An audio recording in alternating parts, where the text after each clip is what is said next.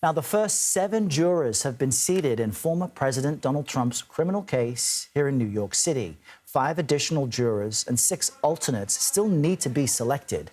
The former president is charged with falsification of business records related to a hush money payment which was made to cover up his alleged affair with adult film actor Stormy Daniels. He denies those allegations. CBS News campaign reporter and attorney Katrina Kaufman is here with me in Studio 57 with more on the trial. I affectionately call you my courtroom buddy because we cover so many cases, and it's great to have you here to tell us what you're witnessing and experiencing inside. 7 jurors, as I mentioned, were seated. We're more than halfway there.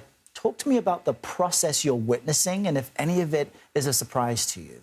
It is definitely surprising how quickly this is moving. So basically on Monday, the judge brought in 96 potential jurors. And in this case, this is unusual. If they feel that they can't be fair and impartial, he's just letting them leave, no further questioning. And the jurors themselves. The jurors themselves. And when he asked the room if they felt they could be fair and impartial, over half the room left immediately. Wow. So right off the bat, it seemed like Trump's claim that it might be hard for him to find a fair jury in New York might have some truthfulness to it. But already by the end of yesterday, we had 7 jurors. So far, we have 3 young women and 4 men. We have the foreman. He is an Irishman. One of the men said that he finds Trump fascinating and mysterious. Another one said that he was a fan of The Apprentice. And then there's a young Black woman who's a teacher in Harlem and said that she likes how President Trump speaks his mind. So he actually seems to have some people that he might be fond of on this jury so far. And as much as former President Trump will ridicule the process and say he's a victim in some way, his legal team can also dismiss jurors, as can the other side. Absolutely. Each side has what's called peremptory challenges, 10 of them, and for-cause challenges. So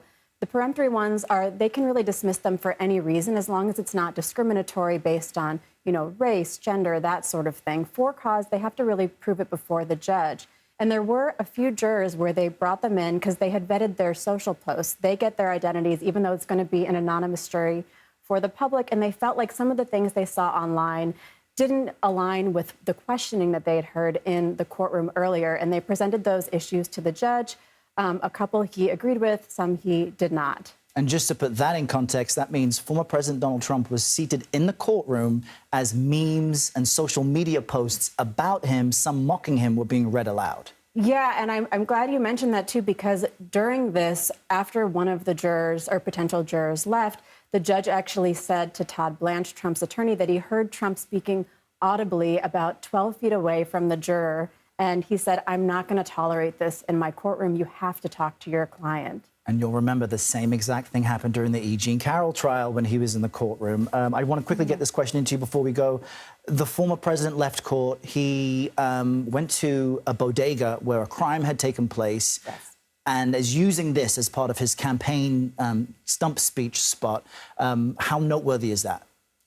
This was his first campaign stop since the trial started. And as you mentioned, a crime had taken place there, and DA Alvin Bragg had initially prosecuted this clerk who worked there and later dropped the charges. But it was basically Trump did this as a negative stop against the DA who's prosecuting him in the case, but also because it's a local stop in New York where he can promote his law and order agenda. And I think we're going to see more stops like this because he has to be in court 4 days a week. He can't venture that far on those days.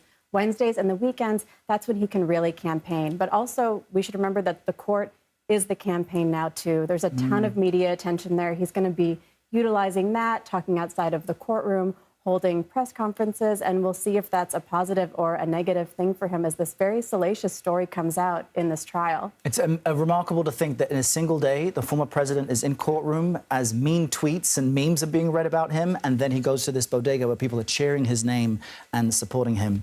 Much more ahead on this front. Katrina Kaufman, great to have you here to talk about it. Thanks for having me, Errol.